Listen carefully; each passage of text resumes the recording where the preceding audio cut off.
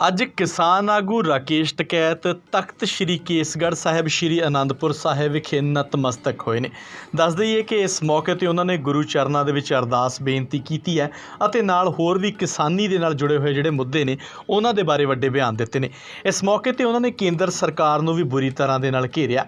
ਰਾਕੇਸ਼ ਟਕੈਤ ਨੇ ਸਾਫ਼ ਸ਼ਬਦਾਂ 'ਚ ਇਹ ਗੱਲ ਆਖੀ ਹੈ ਕਿ ਜਿਵੇਂ ਕੋਰੀਆ ਦੇ ਵਿੱਚ ਤਾਨਾਸ਼ਾਹ ਨੇ ਉਸੇ ਤਰੀਕੇ ਦੇ ਨਾਲ ਹੀ ਕੇਂਦਰ ਸਰਕਾਰ ਵੀ ਤਾਨਾਸ਼ਾਹੀ ਦੇ ਤਰੀਕੇ ਦੇ ਨਾਲ ਦੇਸ਼ ਦੇ ਵਿੱਚ ਕੰਮ ਕਰ ਰਹੀ ਹੈ। ਨਾਲ ਹੀ ਉਹਨਾਂ ਨੇ MSP ਤੇ ਵੀ ਗੱਲ ਕੀਤੀ ਹੈ। ਉਹਨਾਂ ਨੇ ਕਿਹਾ ਕਿ MSP ਨੂੰ ਸ਼ਾਇਦ ਕੇਂਦਰ ਸਰਕਾਰ ਇਹ ਭੁੱਲ ਗਈ ਹੈ ਕਿ ਕਿਸਾਨ ਚੁੱਪ ਕਰ ਗਏ ਨੇ ਕਿ MSP ਸ਼ਾਇਦ ਕਿਸਾਨਾਂ ਨੂੰ ਭੁੱਲ ਗਈ ਹੈ ਜੋ ਕਿ ਹੋਰ ਫਸਲਾਂ ਤੇ ਵੀ ਮਿਲਣੀ ਚਾਹੀਦੀ ਹੈ, ਪਰ ਅਜਿਹਾ ਨਹੀਂ ਹੈ। ਕਿਸਾਨ ਇੱਕ ਹੋਰ ਵੱਡਾ ਅੰਦੋਲਨ ਘੜਨ ਦੇ ਲਈ ਤਿਆਰ ਬੈਠੇ ਨੇ ਅਤੇ ਜਲਦ ਹੀ ਜੇਕਰ ਕੇਂਦਰ ਸਰਕਾਰ ਨੇ ਕਿਸਾਨਾਂ ਦੀਆਂ ਮੰਗਾਂ ਦੇ ਉੱਤੇ ਗੌਰ ਨਾ ਕੀਤੀ ਅਤੇ MSP ਵੱਲ ਧਿਆਨ ਨਾ ਦਿੱਤਾ ਤਾਂ ਇੱਕ ਵੱਡਾ ਅੰਦੋਲਨ ਫਿਰ ਤੋਂ ਕਿਸਾਨ ਕਰਨ ਦੇ ਲਈ ਤਿਆਰ ਬੈਠੇ ਨੇ। भाई गुरु साहब की धरती पाए तो गुरु साहब ने भी लड़ाइयाँ लड़ी, उसी अन्याय के खिलाफ ये देश भी लड़ाई लड़ रहा।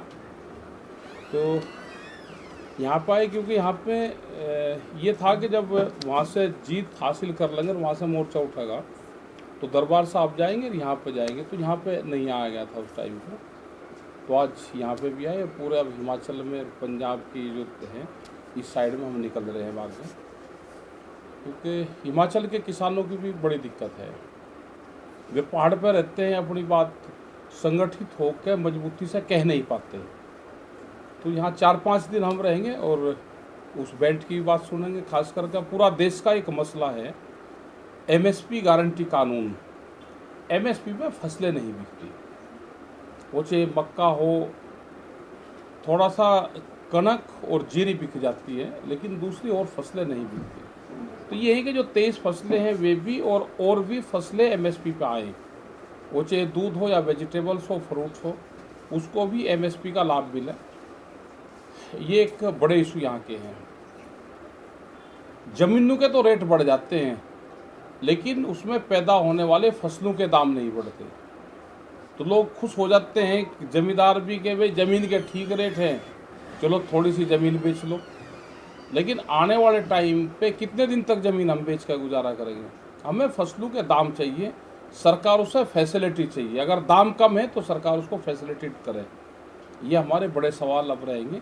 और दरबार साहब का और गुरुओं का और जो लंगर भंडारे चले वहाँ पे, हो सकता है कि 13 महीने का आंदोलन अगर गुरुद्वारे साथ ना देते, बाबाओं का आशीर्वाद ना रहता, वे लंगर भंडारे ना चलते, तो ये 13 महीने का आंदोलन चला नहीं पाए थे।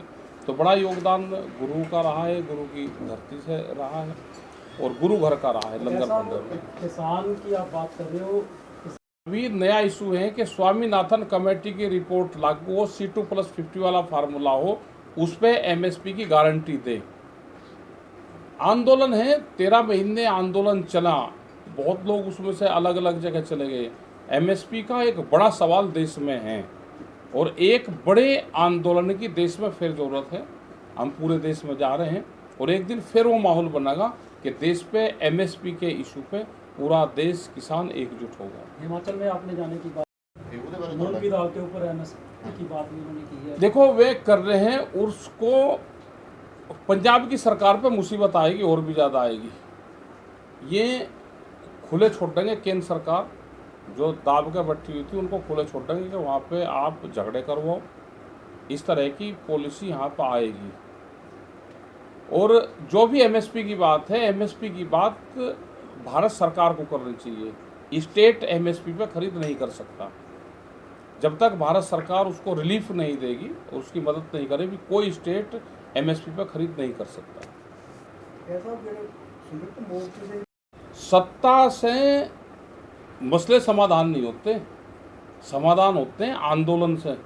अगर आंदोलन मजबूत होगा तो मसलों का समाधान होगा, आंदोलन कमज़ोर होगा तो मसलों का समाधान नहीं होगा। ये गलत फहमी ना कोई भी पाले कि हम सत्ता बनाएंगे जब हम काम करेंगे ना। ये तो सत्ता बनी बनाई है ना, आप आंदोलन करो। दिल्ली में आंदोलन हुआ, 3 कानून वापसी हुई है, तो सत्ता नहीं थी लेकिन वापसी हुए, लोग वहाँ बैठे रहे तो वापसी हुई। तानाशाह करते हैं इस तरह का, सरकारें तो नहीं करती, वो तानाशाह करते हैं कि तलवारों के ताकत पे राज करना इसको कहते हैं। तो ये कोरिया का उसका पैटर्न है, उसी तरह से एक बड़ा फिर विस्फोट जरूर होगा, लोग आंदोलन पाएंगे और देश में एक बड़े आंदोलन की फिर जरूरत है। यहाँ पे देश संविधान के हिसाब से चलना चाहिए, सबको यहाँ पे सभी धर्मों को बराबर का अधिकार है। पूजा पाठ करने का किसका क्या तरीका है वो कर सकता है, वो कस्टम्स में हमारे आता है। अलग अलग जगह के अलग अलग पूजा पद्धति है, लोग उस हिसाब से करें, संविधान के हिसाब से देश चले, विकास के पैटर्न पर देश चलना चाहिए। सड़कों को छोड़कर जो हाईवे बन रहे हैं वो भी प्राइवेट उस पर पीपी मॉडल पर बन रहे हैं, उसको छोड़ के दूसरा और कोई मॉडल अभी दिख नहीं रहा कि विकास का कोई दिख रहा है, उस पर भी टोल लग रहे हैं, वो भी प्राइवेट कंपनी बना रही है।